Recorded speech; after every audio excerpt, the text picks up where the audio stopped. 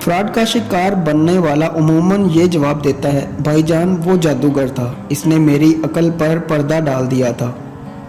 फ्रॉडिया जादूगर नहीं था, जादूगर लालच था, और लालच से पैदा होने वाला वो केमिकल था जो इंसान की अकल सल्ब कर लेता है और यूं अच्छा भला समझदार शख्स मामू बन जाता है। मैं वापस ज़मीन घेरने वाले शख्स की तरफ आता हूँ। लालच ने इसकी अकल भी सल्ब कर ली, इसकी कैलकुलेशन भी गलत हो गई।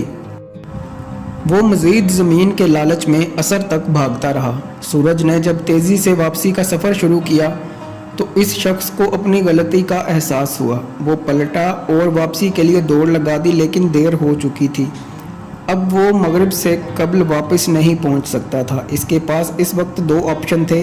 वो अपनी हार मान लेता, दौड़ना बंद कर देता और चुपचाप घर वापस चला जाता, या फिर जीतने के लिए सर तोड़ कोशिश करता। वो दूसरे ऑप्शन पर चला गया। मैं आपको यहाँ इंसान की एक और खामी भी बताता चलूँ। कामयाबी में सर तोड़ मेहनत हमेशा तीसरे नंबर पर आती है। पहला नंबर प्लानिंग और दूसरा नंबर सलाहियत को हासिल होता है। आपकी मनसूबाबंदी गलत है। आप पहाड़ पर खजूर लगाना चाहते हैं या सहरा में चावल उगाना चाहते हैं तो ख्वाह कितनी मेहनत कर लें, आपकी कामयाबी के इम्कानात बहुत कम होंगे। दूसरा, आप में अगर सलाहियत नहीं, आपने अगर बाकायदा ट्रेनिंग हासिल नहीं की, आपने अगर टास्क के लिए तैयारी नहीं की, तो भी आप ख्वाह कितनी ही सरतोड़ मेहनत कर लें, आप कामयाब नहीं हो सकेंगे। ज़मीन घेरने वाला भी मनसूबाबंदी और सलाहियत दोनों से आरी था, चुनाचे इसने दूसरा फ़ैसला भी गलत किया। उसने सर तोड़ कोशिश की ठान ली, भागने की स्पीड बढ़ा दी। वो बुरी तरह थकावट का शिकार था, लेकिन वो इसके बावजूद दीवाना वार दौड़ रहा था।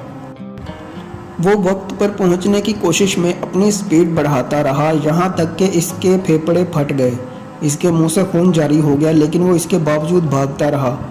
वो बिलाखिर बादशाह तक पहुंच गया, लेकिन गोल पर पहुंचने के बाद इसने लंबी हिचकी ली, ज़मीन पर गिरा, तड़पा और अपनी जान जाने आफरीन के हवाले कर दी। वो ज़मीन जीत गया था, लेकिन ज़िंदगी हार गया। दरवेश अपनी जगह से उठा, ज़मीन पर गिरे शख्स के करीब आया, हाथ से इसकी आंखें बंद की, बादशाह को करीब बुलाया और इस बदनसीब शख्स की लाश दिखाकर बोला, बादशाह सलामत, हिर्स के बेप्यारी कभी खुश नहीं रह सकते। ये शख्स मुझसे बेहतर ज़िंदगी गुजार रहा था। मेरे पास कपड़ों का एक जोड़ा, लकड़ी के जूते, 2 कंबल और एक प्याले के सिवा कुछ नहीं। मैं शहर से कोसों दूर पहाड़ों पर रहता हूँ, फल खाता हूँ और नदियों का पानी पीता हूँ, लेकिन खुश हूँ। क्यों? क्योंकि मैं लालच नहीं करता। जबकि आपके मेरे मुकाबले में इस शख्स के असासे देखिए। ये शख्स मुझसे 1000 दर्जे बेहतर होगा। इसके पास मकान भी होगा, बीवी बच्चे भी, कपड़े भी, सवारी भी, दाल अनाज भी और ज़मीन जायदाद भी, लेकिन ये इसके बावजूद ज़मीन पर गिरकर मर गया। क्यों? क्योंकि ये अपने अंदर के लालची इंसान को काबू में ना रख सका। ये दीवानावार ख्वाहिशों के पीछे भागता रहा। ये कभी किसी को दरख्वास्त दे देता और कभी आपको अर्जी भिजवा देता। किस्मत ने यावरी की, इसकी लॉटरी निकल आई। आपने इसे ज़मीन घेरने की इजाज़त दे दी। ये भागा, लेकिन इसका लालच भी इसके साथ ही दौड़ पड़ा।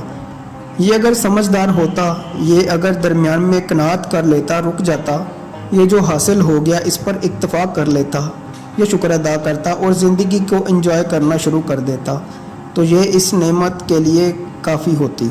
लेकिन ये लालच के घोड़े से ना उतरा। ये भागता रहा, यहाँ तक कि लालच ने इसकी जान ले ली। दरवेश ने लंबी सांस ली और बोला, बादशाह सलामत, हिर्स और खुशी दोनों सौतने हैं, ये इकट्ठी नहीं रह सकते। आप खुश रहना चाहते हैं तो आपको लालच को तलाक देना होगी।